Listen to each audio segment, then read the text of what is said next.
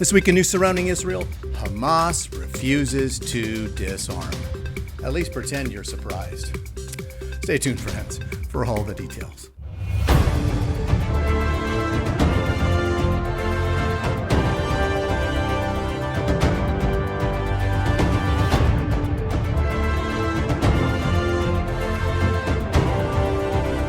Well, shalom, everyone. Welcome once again to this week's newscast. I'm Robert Gosling, your host. And yes, Hamas is refusing to disarm. No surprise there. But for the West to think that they would honor Trump's peace plan, well, they're oblivious for failing to see these terrorists for who they really are, a demonic death cult. World Israel News, reporting on this past Sunday, shared a video of Hamas's leader Khalid Mashal declaring that the fight against Israel is far from over, reaffirming the group's refusal to disarm and urging Palestinians in Gaza to join Hamas in confronting Israel and driving it off the international stage. Have a look. أعلن قبل شهرين وقف الحرب، لكن المعركة لم تنتهي.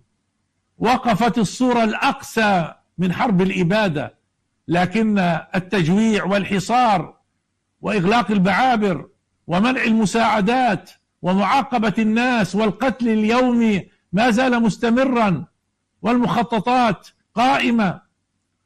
المعركة لم تنتهي بعد، والملائكة لم تضع أسلحتها بعد، وغزة ما زالت تنتظر وقفتنا وجهودنا ووقوفنا إلى جانبها. الفلسطيني هو من يحكم نفسه ومن يقرر لنفسه، لا وصاية ولا انتداب ولا إعادة احتلال. شعبنا يحتاج إلى حماية لا إلى وصاية، ويتطلع إلى الاستقلال لا إلى الانتداب. حماية مشروع المقاومة وسلاح المقاومة، هذا حق شعبنا في الدفاع عن نفسه. المقاومة وسلاحها شرف الأمة وعزها. أي دولة في العالم تحفظ استقلالها وحدودها ومصالحها بدون قوة؟ وأعدوا لهم ما استطعتم من قوة. والسلام لا يصنعه إلا الأقوياء، ولا تصنعه إلا القوة. لا ترد الحقوق في مجلس الأمن، ولكن في مكتب التجنيد. إن ألفي قذيفة من كلام لا تساوي قذيفة من حديد. الطوفان بعظمته هيأ الساحة الدولية. اليوم نستطيع بل يجب أن نعامل هذا الكيان ككيان منبوذ مسؤول عن حرب الإبادة بحق أهلنا في غزة وفي فلسطين والمنطقة بعامة. والضمير الإنساني متهيئ لذلك. هذه فرصتنا أن نراكم على ذلك لنقصي هذا الكيان من وطننا ونقصيه من المسرح الدولي. Wow, again, this master of deception. Khalid plays the victim card all too well. And in his demented mind, the battle's not over, because to him, it's all Israel's fault. They are the ones responsible for all Gaza's ills, and therefore the Palestinians need protection, not guardians, as they await independence.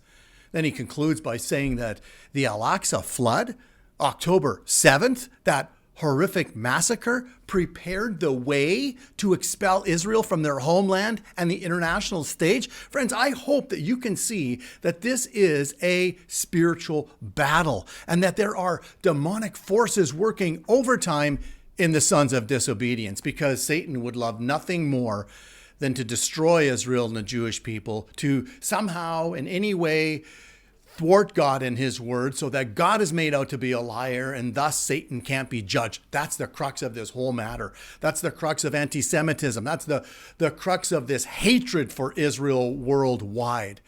And if only the world would read and believe in God and his word, they would see this, but they don't. And so they think that they can somehow make a deal. And friends, what they are really trying to do is make a deal with the devil.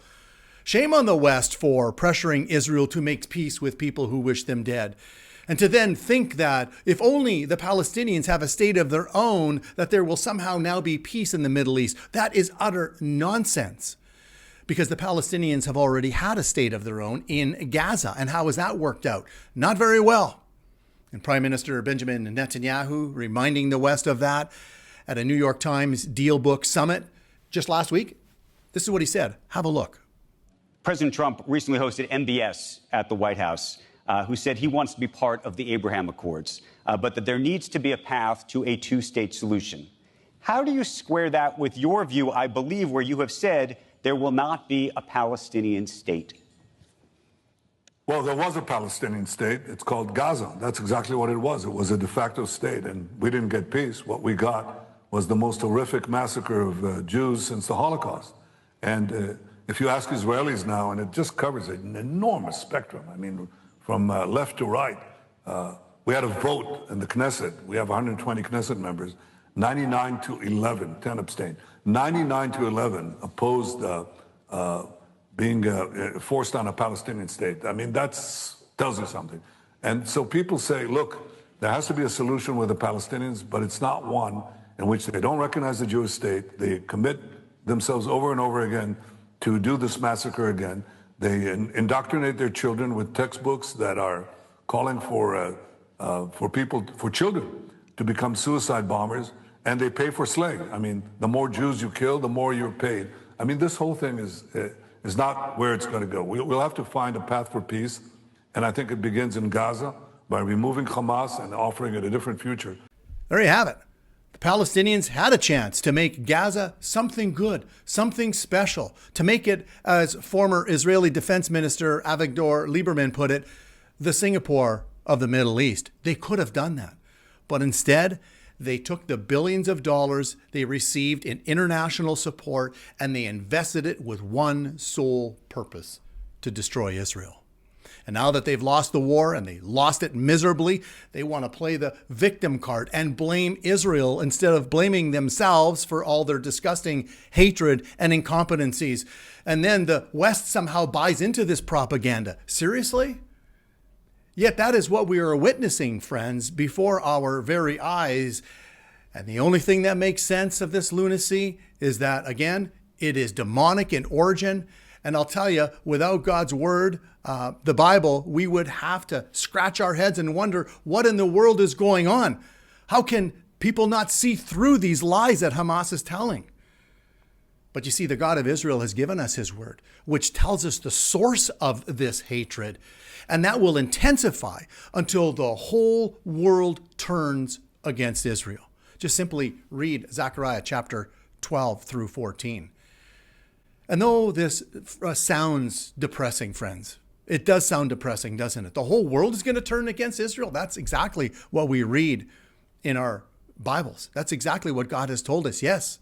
And though that may sound depressing, I want to remind you that there is a day coming when Israel and the Jewish people will no longer be a doormat for the Gentiles to walk all over. No, instead, friends, the nations, the Gentiles, will come in reverence one day to worship the King of the Jews, Israel's Messiah, Yeshua, when he returns at his second coming. Yes, the nations will come and worship the King of the Jews in Jerusalem, the eternal capital of Israel. I think of Psalm 48, verses 1 to 2, and I love this psalm, and I will close with this. This is what we read. It's a psalm of the sons of Korah. Great is the Lord and greatly to be praised in the city of our God. This is speaking about Jerusalem. In his holy mountain, that's speaking of the Temple Mount. Beautiful in elevation, the joy of the whole earth. Friends, it's not a joy of the whole earth. They're fighting over it. They want to strip Israel of that joy. But there's coming a time where it will be the joy of the whole earth. Is Mount Zion on the sides of the north, the city of the great King. Yes, one day is coming when the whole world will joy over Jerusalem, the city of the great King, the King of the Jews. And with that, friends, and until next time, thanks for joining us on another episode of In News Surrounding Israel.